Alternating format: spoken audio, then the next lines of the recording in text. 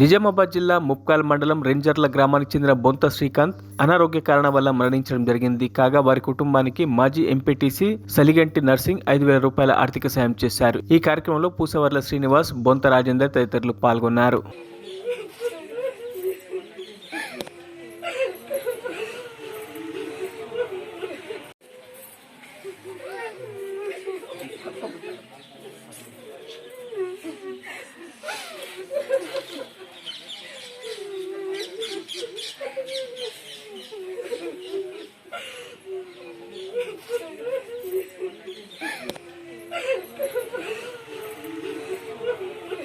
మరిన్ని అప్డేట్స్ కోసం మా ఛానల్ని సబ్స్క్రైబ్ చేయండి.